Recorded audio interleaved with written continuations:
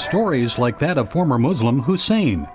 The 12-year-old publicly professed his Christian faith in Turkey by wearing this silver cross necklace to school. It's not the physical cross, it's the meaning of the cross that's important. It's a beautiful thing. I wanted people to ask me about it, and then I could tell them about Christ. Hussein was 9 years old at the time. His father Hakim was once an Islamic scholar who had studied the Quran in Iran and Syria. But he had questions about Islam, questions that none of the religious scholars could answer. So Hakim began searching elsewhere for the truth. He discovered it in the Bible and church. After he came to faith in Christ, Hakim decided to take Hussein and his other children to church. I felt so alive hearing the hymns and singing at the church. I felt I had to learn more about this. I was so joyful. And after he accepted Christ, Hussein wanted to share the good news with others. He was unaware of the potential dangers he faced for leaving Islam.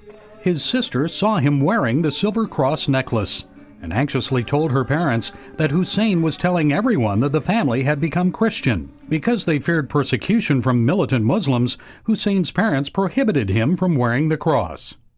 We refer to it as Hussein's problem. We were trying to prevent conflicts with others, but we came to realize that we were the ones with the problem, not Hussein.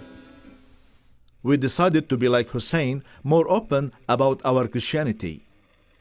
Muslim classmates taunted Hussein in school. They spat on him and called him names.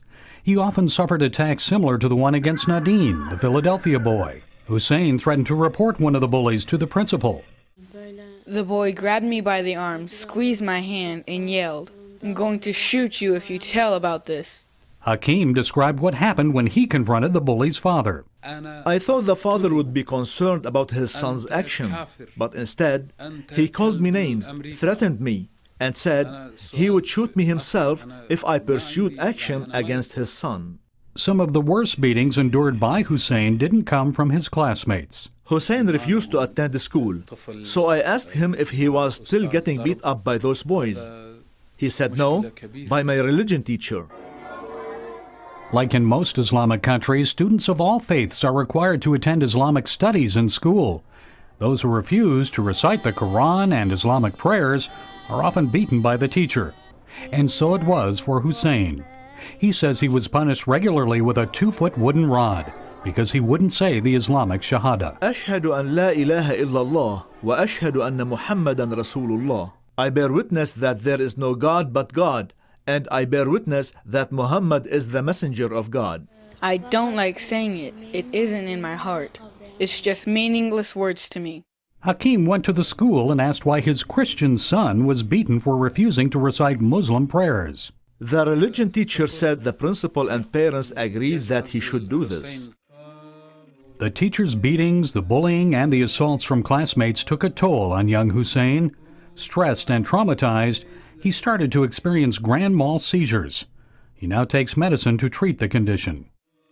Hussein now attends a new school where he suffers fewer attacks. He insists he will never return to Islam, even if he is forced to endure worse abuse. Christ said you would suffer for me. It's okay to suffer for Christ, and we should be happy to suffer for Christ. The Lord is with me. And Hussein says he will continue to tell others about Jesus, with or without that silver cross necklace. Gary Lane, CBN News, Turkey.